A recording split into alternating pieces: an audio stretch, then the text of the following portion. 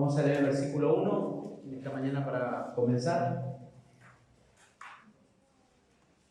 Primera de Tesalonicenses, capítulo 1, versículo 1. Dice la palabra de Dios: Pablo, Silvano y Timoteo a la iglesia de los tesalonicenses, en Dios Padre y en el Señor Jesucristo. Gracia y paz sean a vosotros de Dios, nuestro Padre, y del Señor Jesucristo. A partir de este domingo vamos a estar comenzando a hacer una serie de estudios en esta carta. Podemos decir que esta carta se puede dividir en dos partes. Primeramente, en un reconocimiento de estas personas, y en la segunda parte va a hablar el apóstol Pablo con respecto a ciertos retos, ciertos desafíos para con la iglesia. Estas dos partes podemos verlas que son bien pronunciadas desde el capítulo 1, pero iniciándose con una oración de Pablo. Ustedes ven allí en el versículo 2, Pablo dice: damos siempre gracias a Dios por todos vosotros, haciendo memoria de vosotros en nuestras oraciones. Y da a partir de en adelante todo el capítulo 2 y hasta el capítulo 3, pero en el versículo 9 dice: por lo cual, ¿qué acción de gracias podemos dar a Dios por vosotros? Por todo el gozo con que nos gozamos a causa de vosotros delante de nuestro Dios, orando de noche y de día, con gran insistencia, para que veamos nuestros rostros y completemos lo que falte a vuestra fe. Mas el mismo Dios y Padre nuestro y nuestro Señor Jesucristo dirija nuestro camino a vosotros, y el Señor os haga crecer. Ahí nuevamente encontramos otra oración del apóstol Pablo. Eso va marcando la primera parte de la carta y luego concluye en el capítulo 5, los últimos versículos, cuando dice en el versículo 26: saludad a todos los hermanos con ósculo santo, os conjuro por el Señor que esta carta se lea a todos los santos hermanos.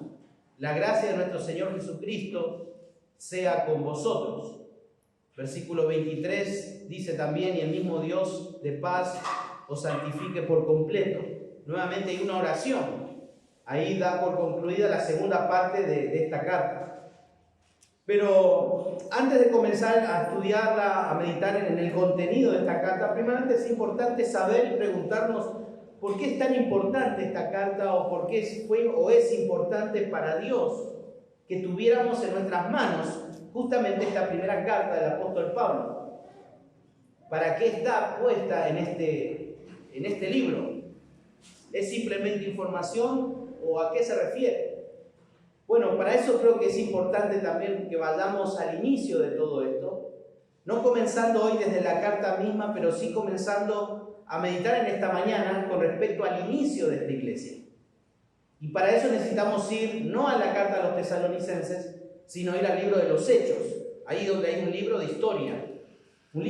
Vamos a Hechos, y específicamente en el capítulo 17 de Hechos. Hechos capítulo 17. En el libro de los Hechos tenemos la descripción de cómo cada una de las iglesias fueron plantadas. Iglesias que fueron plantadas en su mayoría por el apóstol Pablo. Y vamos a ver justamente ahora, aquí en el capítulo 17, Pablo se encuentra en su segundo viaje misionero. Pablo sale encomendado de la iglesia de Antioquía, y él quiere ir justamente para ir y fundar iglesias. Y 2 veces el Espíritu de Dios le prohíbe ir al norte e ir al sur. Y en medio de esta incertidumbre, Pablo dice: bueno, ¿a dónde tengo que ir? Tenía planes de ir al norte y no pude. El Espíritu de Dios me dijo: no. Bueno, me voy al sur. El Espíritu le dijo: no. Bueno, ¿qué hago? Bueno, luego allí en el capítulo 16 vemos que Pablo tiene una visión de un hombre macedonio y dice: ven, pasa y ayúdanos. Y ahí Pablo se dirige a Troas, hacia Troas. Y vamos al capítulo 17, versículo 1. Y dice el versículo 1 del capítulo 17: pasando por Anfípolis y Apolonia, llegaron a Tesalónica, donde había una sinagoga de los judíos, y Pablo, como acostumbraba, fue a ellos, y por 3 días de reposo discutió con ellos, declarando y exponiendo por medio de las Escrituras que era necesario que el Cristo padeciese y resucitase de los muertos, y que Jesús, a quien yo os anuncio, decía él, es el Cristo. Y algunos de ellos creyeron y se juntaron con Pablo y con Silas, y de los griegos piadosos gran número, y mujeres nobles no pocas. Entonces los judíos que no creían, teniendo celos, tomaron consigo a algunos ociosos, hombres malos, y juntando una turba alborotaron la ciudad, y asaltando la casa de Jasón, procuraban sacarlos al pueblo. Pero no hallándolos, trajeron a Jasón y a algunos hermanos ante las autoridades de la ciudad, gritando: estos que trastornan el mundo entero también han venido acá, a los cuales Jasón ha recibido, y todos estos contravienen los decretos de César, diciendo que hay otro rey, Jesús. Y alborotaron al pueblo y a las autoridades de la ciudad, oyendo estas cosas. Pero obtenida fianza de Jasón y de los demás, lo soltaron. Inmediatamente los hermanos enviaron de noche a Pablo y a Silas hasta Berea, y ellos, habiendo llegado, entraron en la sinagoga de los judíos.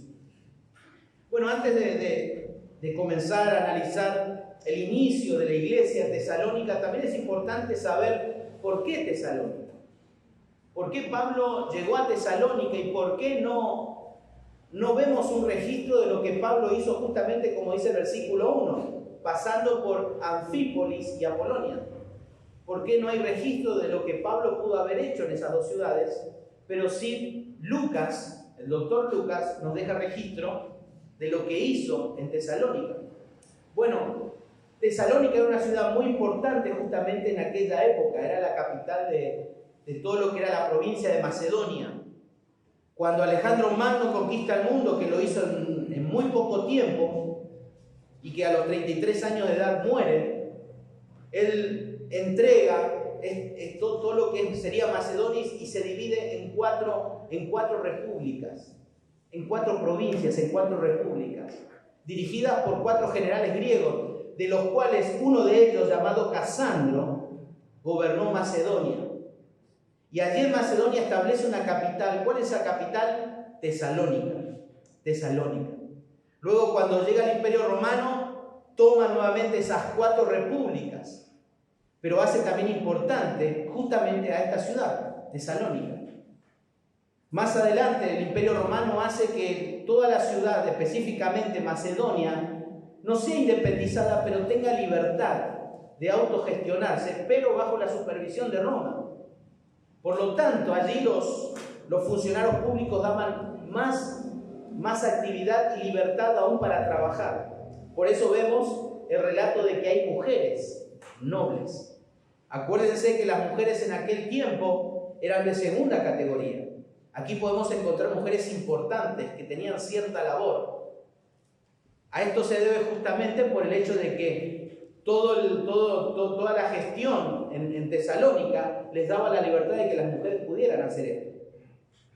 Y justamente en esta ciudad que Pablo llega, esta ciudad tenía un puerto. Ese puerto era muy importante porque abría todo lo que era el comercio en esa ciudad. Por eso había mucho movimiento, era muy importante. Y justamente tenía una ruta que conducía justamente a Roma. ¿Se acuerdan? Todos los caminos conducen a Roma. Y ahí justamente tenían una ruta importante. Por lo tanto, la ciudad de Tesalónica era una ciudad estratégica. Pablo, cuando comenzó su ministerio, no fue alguien que solamente dijo: quiero evangelizar y me voy, y se va y camina. No, Pablo era un hombre muy planificado. Él no llegaba a cualquier ciudad. Él llegaba donde podría ser un lugar estratégico. Por eso invirtió tantos años en la ciudad de Éfeso, 3 años. Era una ciudad central donde él podía expandir el evangelio, no solamente él, sino otras personas que iban llegando constantemente a esa ciudad. Así también era justamente Tesalónica. Por eso establecer una iglesia era vital para el cristianismo de aquel entonces. Una iglesia en Tesalónica. Pablo sabía muy bien lo que estaba haciendo. Bueno, vimos que a él se le prohibió ir al norte, se le prohibió ir al sur, porque el Espíritu de Dios se lo prohibió. Y en medio de esta incertidumbre, Pablo dice, bueno, Señor, ¿a dónde voy? Justamente allí Pablo, esta visión de este hombre le dice, anda a Macedonia. Entonces, Pablo, ¿qué hace? Toma un barco y se va. Y se va a la ciudad y llega allí, justamente como dice el versículo 1, a la ciudad de Anfípolis, llega a Anfípolis y Apolonia y luego llega a Tesalónica. Pero en el capítulo 16 vemos que Pablo llega al puerto de Neápolis. Esta ciudad queda aproximadamente unos 40-50 kilómetros antes de Filipos. Llega allí, él predica el Evangelio y luego se encuentra con un grupo de mujeres que estaban orando allí en el puerto. Estaban orando y entre ellas había una mujer llamada Lidia. Y dice que Dios le da entendimiento para que pueda entender el mensaje del Evangelio. Ella cree, invita a Pablo y a Silas, a Timoteo y también a Lucas para que vayan a la casa y de ahí comienza la iglesia de Filipos. Luego hay una gran turba nuevamente. ¿Se acuerdan? Aparece una mujer con espíritu de adivinación. Pablo, allí junto con Silas, sanan milagrosamente a esta mujer y comienza la gran mentira. Estos que alborotan, estos que hacen aquello, esta que me quitó el trabajo y lo metieron preso. ¿Se acuerdan? Y allí en medio, en todo ese calabozo, cantando y alabando al Señor, y milagrosamente se abren las puertas y ellos no se escapan. Y allí nuevamente el carcelero sana las heridas de Pablo y Silas y los lleva a su casa. Y allí nuevamente todos reunidos en la casa de Lidia. Y esa misma noche Pablo y Silas se van, y Timoteo, justamente a estas ciudades, a Neápolis y a Apolonia. ¿Qué pasó con Lucas? Bueno, Lucas se quedó probablemente ahí pastoreando la nueva grey que había en Filipos. Y luego el camino lo siguió Timoteo, Pablo y Silas. Y llegan allí y encontramos que están en esta ciudad. Pero hay algo interesante en todo esto, porque Pablo ¿se acuerdan que en Filipos Pablo no solamente fue puesto en prisión con Silas, sino que también fueron azotados, fueron heridos, fueron ultrajados también? Ultrajados quiere decir tuvieron un gran daño moral. Llegando allí a esa ciudad, y aún así, apenas esa misma noche ellos se fueron. Hicieron aproximadamente unos 50 kilómetros, llegaron allí, se quedaron en Anfípolis, y esa misma noche al terminar, al día siguiente se retiran nuevamente otros 50 kilómetros y llegan allí a Apolonia. Luego de Apolonia, esa misma noche, termina la noche, hacen aproximadamente unos 70 kilómetros y llegan a Tesalónica. 170 kilómetros. En ningún momento dijeron estamos cansados, estamos reventados. Ellos heridos, azotados, fueron. Es difícil pensar que hayan ido caminando. Parece ser que la iglesia de Filipos era una iglesia muy generosa. ¿Se acuerdan allí cuando Pablo escribe la carta a los Filipos? Los únicos que suplieron sus necesidades eran ellos. Se especula que probablemente proveyeron para el viaje, probablemente algún medio, caballos, para que ellos puedan hacer esa cantidad de kilómetros en el estado físico que estaban ellos. Si bien allí Timoteo también estaba junto con él. Y bueno, ahí llegan a Tesalónica, pero uno se pregunta, ¿por qué no hay registro en estas dos ciudades? Bueno, es importante que Pablo siempre llegaba y abría el Evangelio, ¿en dónde primeramente? En una sinagoga. En estas dos ciudades no había sinagoga. Pablo tenía una pasión por su pueblo. Eso Romanos capítulo 9, del 1 al 3, nos habla diciendo Pablo, yo perdería mi salvación con tal de que todo el pueblo de Israel tuviera salvación. Y luego en el capítulo 10, versículo 1 dice, oremos por la salvación de Israel. Pablo tenía una pasión y era su llamado, pero también fue llamado a los gentiles. Y aquí podemos ver que cuando llega a Tesalónica sí había una sinagoga. Y ahí Pablo se queda enseñando las Escrituras. Pero prácticamente en todas las ciudades que Pablo llegó siempre hubo problemas. Siempre que Pablo venía, proclamaba el glorioso evangelio de Jesucristo, se producía una revuelta. Y nuevamente en Tesalónica pasa eso.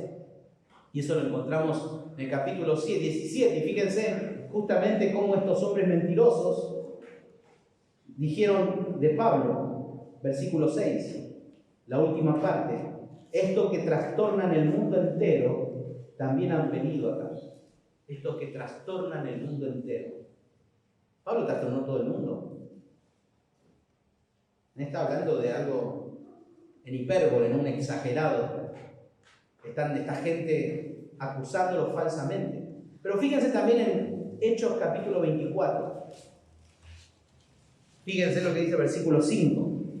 Ahí ante Félix, Pablo compareciendo dice: porque hemos hallado a este hombre, que este hombre es una plaga, es una plaga y promotor de sediciones entre todos los judíos por todo el mundo nuevamente, por todo el mundo, un exagerado.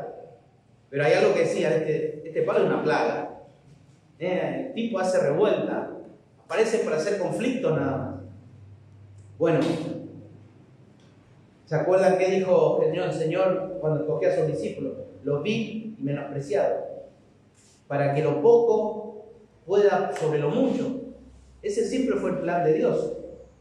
Y Pablo estaba utilizando, si bien Pablo era un hombre intelectual, un hombre preparado, pero lo conocían como alguien que iba a revolucionar todo. Pero lo que justamente me llama mucho la atención en Hechos, capítulo 17, en el inicio de la iglesia en Tesalónica, es las características de Pablo. Pero me llama la atención el versículo 6 cuando dice: esto que trastornan el mundo entero. Y realmente lo hicieron. 12 hombres utilizados por Dios revolucionaron el mundo. Porque 12 hombres pudieron decir: sí, hoy muchos de nosotros podemos tener vida en Cristo por haber escuchado el evangelio. Ahora, mi pregunta es: ¿qué caracteriza a una persona que sacuda al mundo por medio del evangelio? ¿Cómo uno puede llegar a ser como Pablo y tener esas características? Bueno, en el capítulo 17, en el versículo 1, decía: pasando por Anfípolis y Apolonia, llegaron a Tesalónica, donde había una sinagoga de los judíos. Y Pablo, como acostumbraba, fue a ellos. Qué interesante, ¿no? Pablo era como esos muñecos, no sé cómo le llaman, muñecos porfiados, ¿no? Eso que le pegamos y se cae otra vez, lo empujé, se cae. Pablo era así. Prisión, golpeaban, otra vez se fue apedreado, sufrió un naufragio, él igual se levantaba e iba. Y aquí nuevamente lo vemos a Pablo. Estuvo en Filipos, estuvo en un grupo de personas, allí enseñando la palabra de Dios. Fue a prisión, fue azotado, no esperó tiempo de descanso, salió automáticamente, llegó a Tesalónica y ¿qué fue? Fue a buscar un hotel 5 estrellas, dijo: bueno, me voy a tomar unos días y después voy a seguir mi tarea apostólica. No, apenas llegó, ¿a dónde se metió? A una sinagoga. ¿Dónde? Sinagogas de judíos. Y a pesar de toda esa revuelta, Pablo comienza nuevamente a predicar el evangelio. Por lo tanto, una persona que se caracteriza como una persona que sacude el mundo, primeramente tiene un coraje. Tiene coraje, es valiente.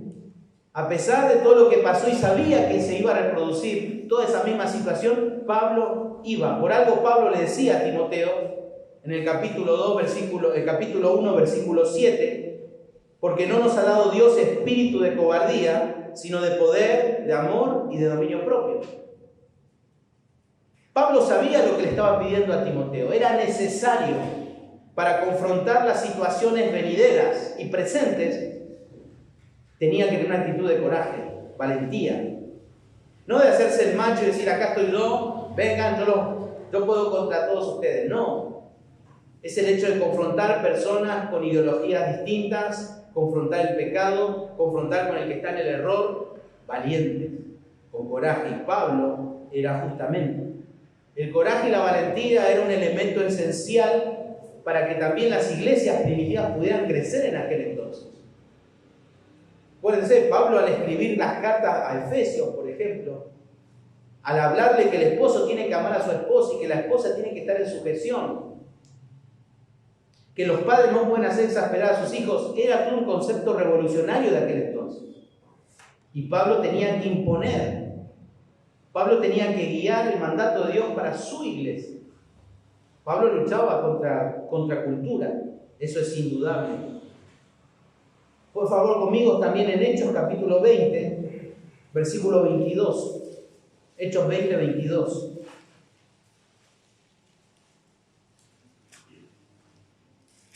Dice la palabra de Dios allí en el versículo 22. Ahora, he aquí ligado yo en espíritu, voy a Jerusalén. Esto es ya su tercer viaje misionero. Voy a Jerusalén sin saber lo que allá me espera, sin saber lo que allá me ha de acontecer. Salvo que el Espíritu Santo por todas las ciudades me da testimonio diciendo que me esperan prisiones y tribulaciones.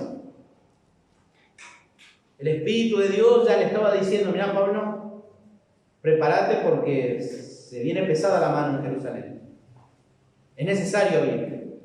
Pero en el versículo 24 Pablo dice, pero de ninguna cosa hago caso y estimo preciosa mi vida para mí mismo, con tal que acabe mi carrera con gozo y el ministerio que recibí del Señor Jesús, para dar testimonio del Evangelio de la gracia de Dios.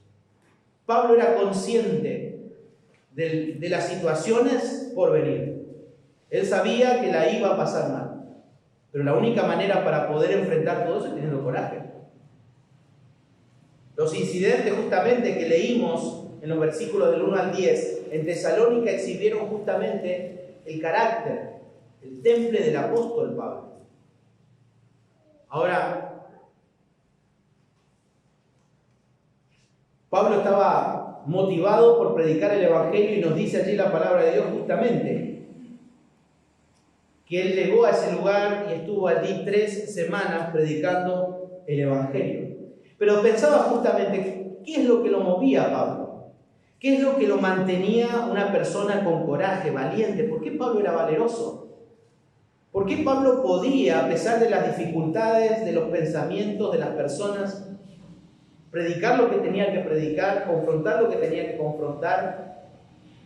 Bueno, creo que hay una virtud esencial en esto y es la fe. La fe va a producir en él confianza en Dios. Fíjense conmigo en el Salmo 27. Allí, por ejemplo, también David conocía la importancia de esta verdad. A menudo él siempre estaba atribulado, perseguido por sus enemigos. Sin embargo, una y otra vez él anuncia y proclama su confianza en Dios. Salmo capítulo 27, versículo 1 y 3.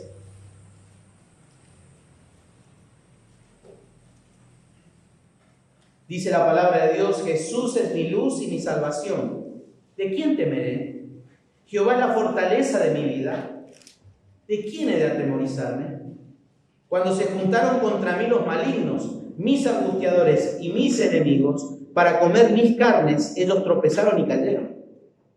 Aunque un ejército acampe contra mí, no temerá mi corazón. Aunque contra mí se levante guerra, yo estaré confiado.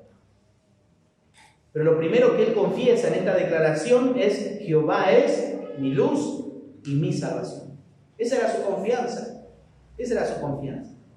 Y parece ser que Pablo también repite este pensamiento en Efesios capítulo 6. Acompáñenme, por favor. Efesios capítulo 6, versículo 10. Hablando en este caso de la lucha espiritual.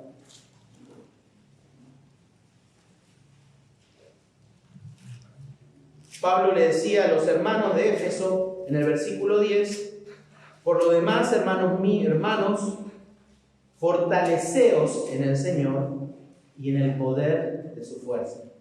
Fortaleceos en el Señor y en el poder de su fuerza.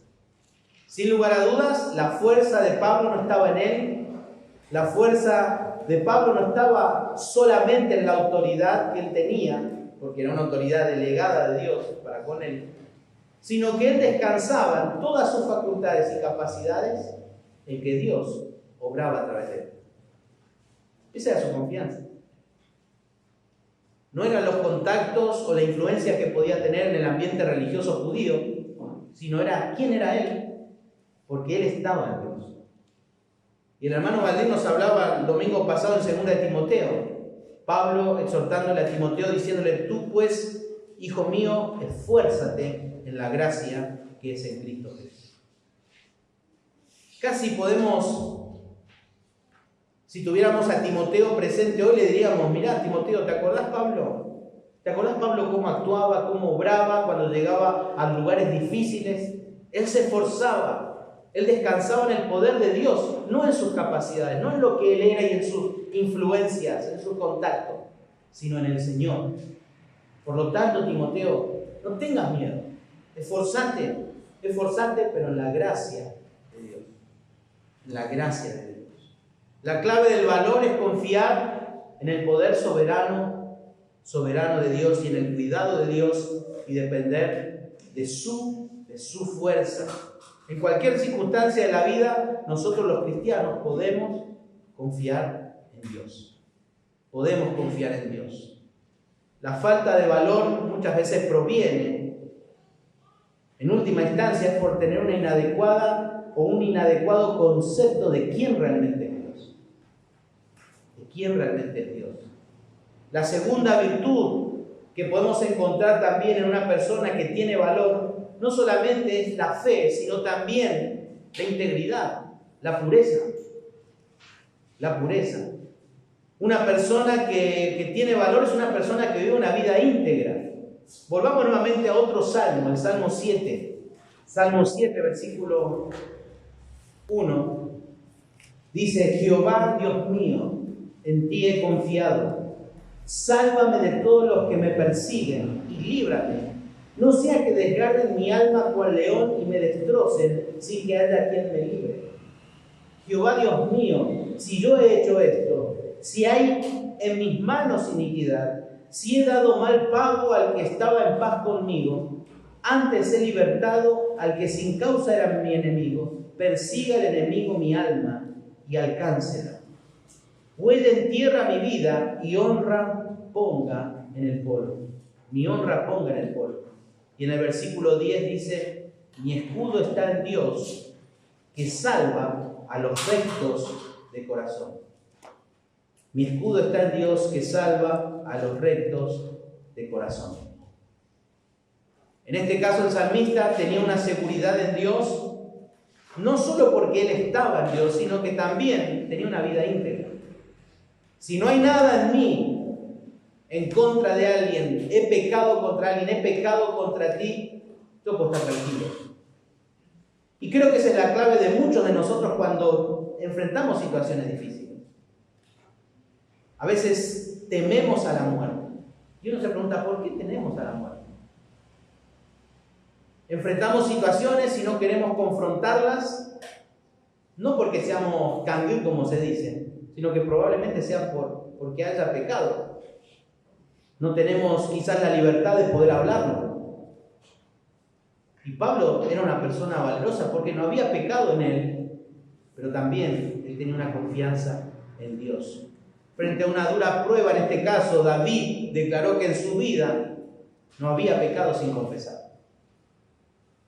Sobre esa base pedía a Dios que lo liberara de sus enemigos. Él sabía que tratar de librar una batalla espiritual con agujeros en su coraza era una necedad. No podemos pelear y enfrentar una batalla. Por eso hoy día la verdadera batalla espiritual es en la mente. No es una batalla con los demonios, ahí te reprendo. Es acá el problema. Luchamos con pensamientos, con prejuicios. Y justamente nuestra mente no puede estar llena de agujeros. Tienen que estar sanadas, curadas con el Señor. Tener una vida íntegra. Una vida íntegra. Es lo que nos va a ayudar a nosotros poder enfrentar las pruebas, las dificultades que se enfrentan. Si queremos ser valerosos como Pablo y poder ser personas que trastornan el mundo o en el lugar donde nos puso, tengamos coraje, tengamos coraje. En segundo lugar, fíjense en Hechos, capítulo 17, volvamos a nuestro pasaje.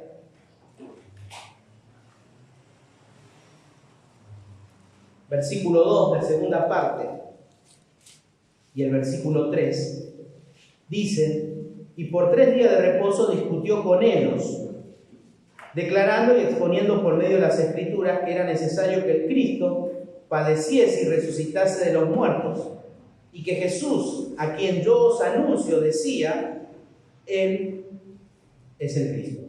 Él es el Cristo. Justamente ahí la expresión 3 días de reposo se refiere a 3 sábados. ¿Qué quiere decir esto? Que durante 3 sábados Pablo iba a la sinagoga, abría las Escrituras y dice que discutía, declarando y exponiendo las Escrituras. Bueno, es importante aclarar un poco este concepto de los 3 días de reposo, porque a veces escuchamos, ¿no?, de que, bueno, la iglesia de Tesalónica, siempre decimos, es la iglesia modelo. En realidad no es la iglesia modelo, porque también tenía conflictos la iglesia en Tesalónica. En realidad Tesalónica es un modelo de iglesia, es un modelo de iglesia.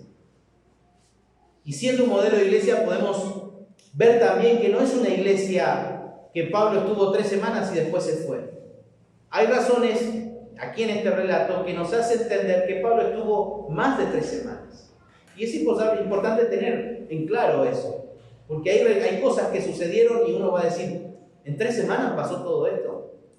Bueno, veamos algunos datos importantes que encontramos en las Escrituras. Primero, ahí encontramos que durante 3 días Pablo estuvo en la sinagoga. ¿Quiénes se reunían en la sinagoga? Judíos, ¿no? Pero si nosotros leemos en Génesis, en Hechos capítulo 17, fíjense allí versículo 4, dice, y algunos de ellos creyeron y se juntaron con Pablo y con Silas, y de los griegos piadosos gran número, y mujeres nobles, no pocas. Bueno, estas mujeres y estos griegos no estaban en esa sinagoga. No estaban en esa sinagoga. Para poder estar dentro de una sinagoga tenían que ser circuncidados. Por eso Pablo circuncidó a Timoteo. Él era de padre, ¿se acuerdan? Padre griego, pero sus madres y su abuela eran judías. Y para poder ser aceptado necesitaba ser circuncidado.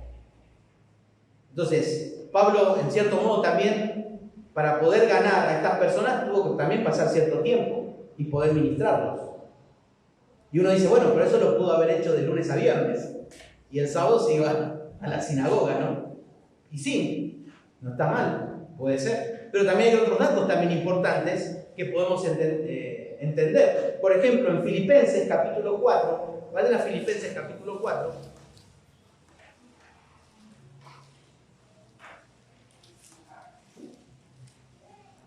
Versículo 15, dice,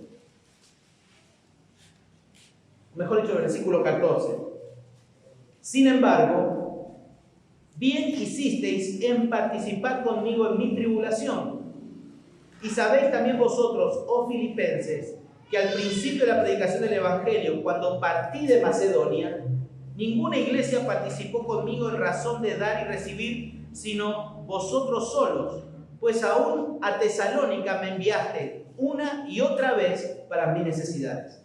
Pablo recibió ofrendas de la iglesia de Filipo 2 veces. 2 veces. En esa época no había Western Union, no se manejaban las cuentas digitalmente, instantáneamente uno puede recibir. En ese tiempo eran trayectos, días, horas de viaje. Entonces es imposible que en 3 semanas 2 veces pueda recibir ayuda de los filipenses. Después también encontramos justamente en 1 Tesalonicenses, vamos a ir en esa carta, capítulo 2, versículo 9, que dice: porque os acordáis, hermanos, de nuestro trabajo y fatiga, como trabajando de noche y de día para no ser gravosos a ninguno de vosotros, os predicamos el Evangelio. ¿Se acuerdan que Pablo, para no ser gravoso a la iglesia de Tesalónica, en este caso Pablo trabajaba? ¿Qué hacía? Arreglaba, enmendaba redes. Pablo también trabajaba. Entonces, pensando en la necesidad que tenía de trabajar, llegaba información a lo de Filipo que Pablo estaba necesitado. Pero acuérdense, Pablo no estaba solo. ¿Estaba con quién? Timoteo y Silas. Ellos también eran sostenidos económicamente. Y Pablo los sostenía a ellos. Por lo tanto, es muy pronto pensar que en 3 semanas pudo haber pasado todo esto. Y fíjense que la mayoría de los convertidos en Tesalónica eran gentiles. Primera Tesalonicenses, capítulo 1, versículo 9, dice: porque ellos mismos cuentan de nosotros la manera en que nos recibisteis y cómo os convertisteis de los ídolos a Dios. Eran paganos. Entonces, es poco pensar que Pablo estuvo solamente 3 semanas. Podemos pensar que él probablemente pudo haber estado entre 1, 2, hasta 4 meses en esa ciudad y luego ir. Lo que está haciendo Lucas en realidad al decir esos 3 sábados, estamos hablando del inicio del ministerio de Pablo en Tesalónica. Él comenzó de esa manera, porque así él comenzaba, yendo a Tesalónica, en este caso a una sinagoga, y predicar el Evangelio. Pero lo interesante de esto es que durante 3 días dice que él discutió. No es que él estuvo discutiendo ahí, no, vos estás equivocado, debatiendo, no. Ahí la palabra discutir es la palabra que nosotros tenemos como diálogo. Pablo dialogaba. No era en forma de sermón, sino que él hablaba respondiendo preguntas. ¿Y cómo lo hacía? ¿Cómo dialogaba? ¿Cómo respondía? Primeramente declarando, dice. Declarando. Esto es importante, declarando. Ahí declarar quiere decir explicar, abrir en pedazos. Es como cuando vieron, a mí no me gusta pescar, pero sé que cuando van a pescar, abren el pescado, lo abren, lo limpian para que después se puedan comer.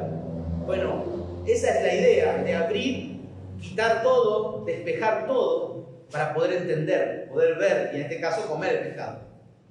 Ahí la palabra justamente declarar habla de eso, explicar completamente el contenido y que sea claro y visible para todos.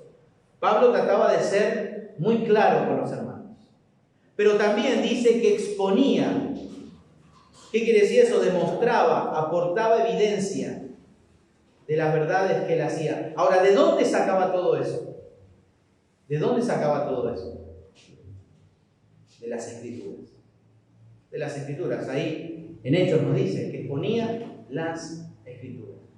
Lucas no nos dice cómo era la manera en que él, si él tenía una técnica de cómo hablar en este caso a judíos. No sabemos, pero sí sabemos que él usaba las Escrituras. Quizás un ejemplo de eso pueda ser Hechos capítulo 13, versículos del 16 en adelante. Podemos ver una manera en cómo Pablo dialogaba con los judíos con las Escrituras. Y probablemente de esa manera lo hacía. Pero Pablo dice que al llegar a Tesalónica ahí, dialogó, explicó claramente las Escrituras a estos hermanos. Una persona que puede trastornar el mundo no lo va a hacer con su carisma o con un ministerio con personas atrás. En segundo lugar, podemos ver que Pablo tenía contenido, él tenía un mensaje para dar. ¿Cuál era ese mensaje? Las Escrituras. Las Escrituras. En este caso, el Evangelio, porque dice que era necesario que el Cristo padeciese y resucitase de los muertos y que Jesús, a quien yo os anuncio, decía él, es el Cristo. Por lo tanto, habla del Evangelio. El Evangelio. Eso es lo que él exponía. Él exponía. Y él tenía mucho coraje. Él sin problema entraba y debatía, dialogaba, respondía con el Evangelio. Pablo no transaba la verdad. Bueno, vamos a ver lo que sucede por haber hablado la verdad. tumulto, tumulto. Él sabía que el Evangelio es una piedra de tropiezo. Romanos, fíjense Romanos capítulo 9, versículo 33. Romanos 9, 33. Como está escrito, he aquí pongo en Sión piedra de tropiezo y roca de caída. Para aquellos, yo creo, nunca vemos siempre nosotros vemos Jesús te ama, ¿no? Siempre vemos Jesús te ama, y Dios es luz, amor. Pero poner en tu auto, Jesús piedra de tropiezo, Jesús roca de caída. ¿Quién pone eso en el auto? Nadie.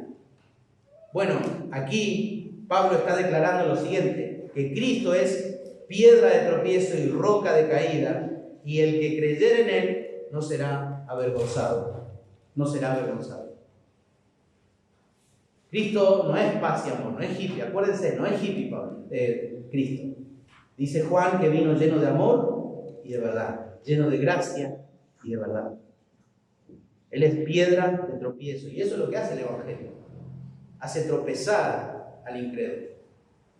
Lo hace caer en su vergüenza o en su humillación. Pero el Evangelio hace tropezar. ¿Cuál es la condenación para este mundo? Dice Juan. Que Cristo haya venido al mundo. Que Cristo haya venido al mundo es una condenación para el ser humano. No va a tener excusa el día de mañana ante el trono y decir, yo no sabía nada de vos. Nadie me predicó. No, Él vino y se reveló a todos. Dice Romanos capítulo 1, versículo 18 al 20. El Evangelio hace tropezar, ofende. Cuando predicamos el Evangelio a alguien, el Evangelio tiene que incomodar al inconverso. Pero la estrategia hoy día no es esa. Recuerdo una vez cuando habíamos llegado recién a Paraguay, fuimos con el show infantil, creo que fue al Banco Central, para los funcionarios, y había una organización cristiana, que había organizado todo ese evento para los funcionarios públicos. Entonces ellos venían con su familia.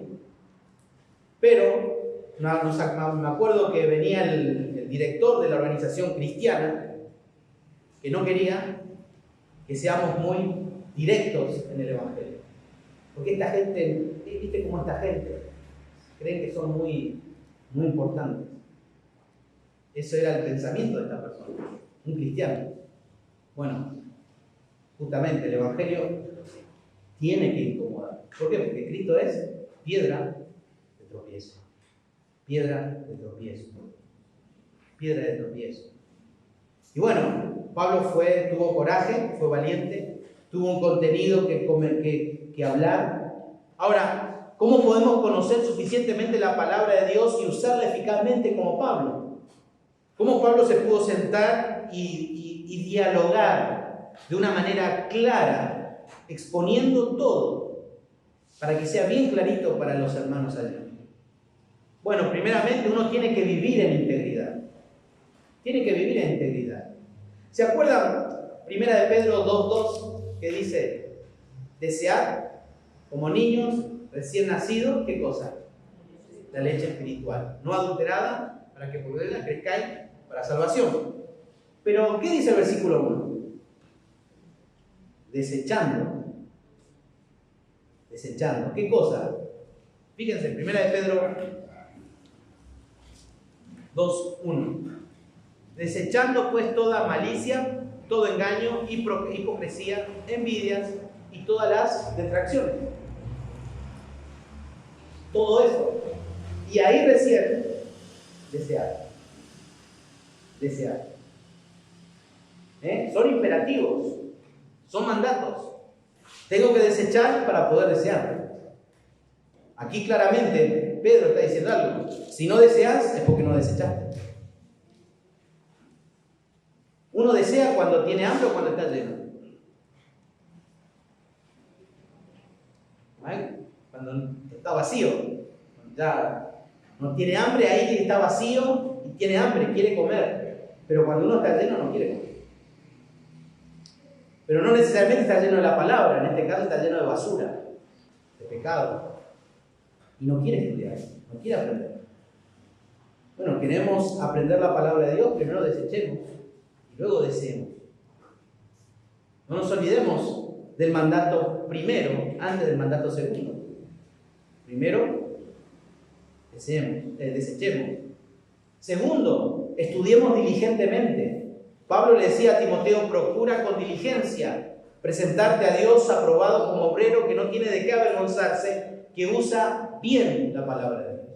Esa es la clave, usar bien la palabra de Dios, el que traza la palabra de Dios. De otra manera, obedeciendo las verdades que aprendemos.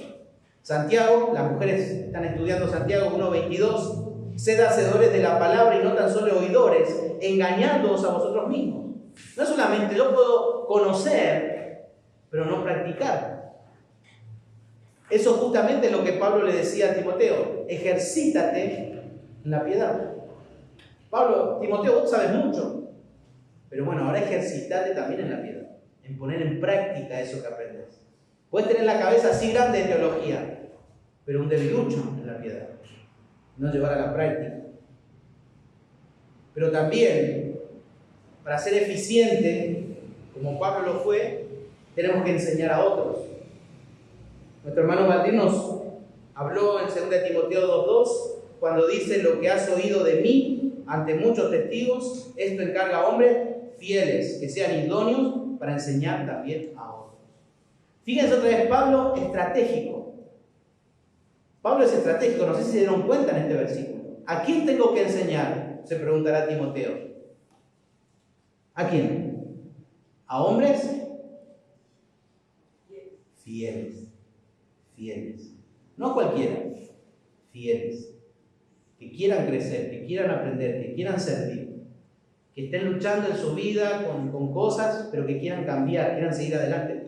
Pablo le dice a Timoteo, a esos instruiles. ¿Para qué? Para que sean idóneos y puedan hacer lo mismo que yo hice con vos, Timoteo. Timoteo era un hombre fiel, idóneo para esa tarea. Por eso Pablo invirtió en él. Pero también ahí, volvamos a Hechos 17. Hechos 17, versículo 4. Y dice, y algunos de ellos creyeron y se juntaron con Pablo y con Silas.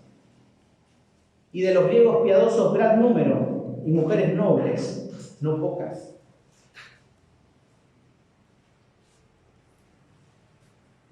¿Qué podemos ver en este lugar? Hay convertidos. Hay convertidos. Personas se convierten por la gracia de Dios, pero Dios utiliza también hombres como el calibre de Pablo para que otros puedan escuchar el Evangelio. El Evangelio. Hay convertidos, pero también podemos decir que hay crecimiento ya en ese grupo de personas. Y uno dice, ¿cómo podemos saber el crecimiento? Bueno, puede ser el número. Y es una bendición poder tener la congregación que tenemos nosotros en estos días. Y estar esta cantidad de hermanos presentes. Pero uno, ¿cómo puede decir la iglesia de Tesalónica creció? Fíjense en Hechos capítulo 20.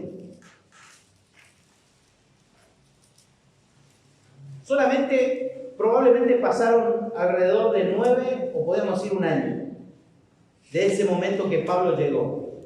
Y en el capítulo 20, versículo 4, encontramos que dice, y le acompañaron hasta Asia, Sópater de Berea, Aristarco y Segundo de Tesalónica, Gallo de Derbe y Timoteo, y de Asia, Tíquico y Trófimo. Podemos ver ya aquí dos personas, dos miembros de esa pequeña congregación que se unieron a la obra evangelística de Pablo. Ya dos, saliendo con Pablo a predicar. Ahí se puede ver el crecimiento. Pablo elogió grandemente a estos hermanos. Después de un año les dice, el testimonio de ustedes, y lo vamos a estudiar, llegó a las ciudades vecinas. Pero podemos ver en esta historia que Pablo fue un hombre que revolucionó, porque él tuvo coraje, él tuvo un mensaje, esto va acompañado de eso. Hubo convertidos, hubo crecimiento, Dios utilizó y bendijo esto. Y en último lugar dice allí el versículo 5, Entonces los judíos que no creían, teniendo celos, tomaron consigo algunos ociosos, hombres malos, y juntando una turba, alborotaron la ciudad. Y asaltando la casa de Jasón, hay un poco, casi no sabemos nada de Jasón, solamente sabemos que era un judío. Procuraban sacarlos al pueblo, pero no hallándolos, trajeron a Jasón y a algunos hermanos ante las autoridades de la ciudad, gritando: estos que trastornan el mundo entero también han venido acá, a los cuales Jasón ha recibido, y todos estos contravienen los decretos de César, diciendo que hay otro rey, Jesús. Y alborotaron al pueblo y a las autoridades de la ciudad oyendo estas cosas, pero obtenida fianza de Jasón y de los demás, los soltaron. Aquí vemos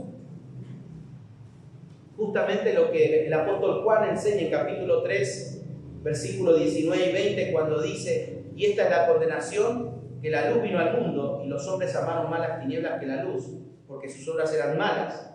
Porque todo aquel que hace lo malo aborrece la luz y no viene a la luz, para que sus obras no sean reprendidas. Cuando Dios obra, indudablemente va a haber conflicto. No podemos hacer la obra de Dios y ver resultado y dormirnos entre laureles, porque siempre detrás de una victoria viene una batalla. Viene una batalla. A veces esa batalla se convierte en derrota, pero otras veces esa batalla se convierte en victoria. Pero sí, después de cada victoria, nuevamente surge un conflicto. Y eso tenemos que estar preparados siempre. Si hay una iglesia que nunca tiene conflicto es porque nunca hay victoria. Pero cuando hay conflicto es porque realmente Dios está obrando. Y eso es lo que pasó en Tesalónica. Es lo que pasó en Tesalónica. Y dice que se levantaron, dice, los judíos, nuevamente los de la raza de Pablo, dice, tuvieron celos. Cuando hay celos, comienza ¿qué cosa? La incomodidad, comienzan los ataques, comienza la mentira, comienza la difamación, porque hubo difamación de parte de estos hombres celosos. ¿De quién? Celosos de que personas se estaban convirtiendo al Evangelio. Estos judíos probablemente estaban luchando con sus propios hermanos a que sigan las tradiciones. Pero ¿qué hicieron ellos? Se llenaron de celos. Porque el Evangelio estaba saliendo a la luz. Fíjense, estos judíos pronunciaron dos acusaciones falsas. ¿Cuál es la primera? Estos que trastornan el mundo entero también han venido acá, a los cuales Jasón ha recibido. Bueno, probablemente Jasón albergó por un tiempito a Pablo y a Silas allí junto con Timoteo. Y otra falsa acusación aquí es: todos estos contravienen los decretos de César, diciendo que hay otro rey, Jesús. En ningún momento Pablo hizo eso. Cuando hay celos, hay enojo, hay ira, surge justamente la difamación. Cuando alguien difama es porque tiene celo. Eso es clarísimo. Entonces, Pablo, con esa actitud que tuvo, pudo pasar justamente por ¿qué cosa? Los conflictos. Y en medio de todo este conflicto, de noche dice Hechos capítulo 17, nuevamente Pablo, y en este caso Silas, se van.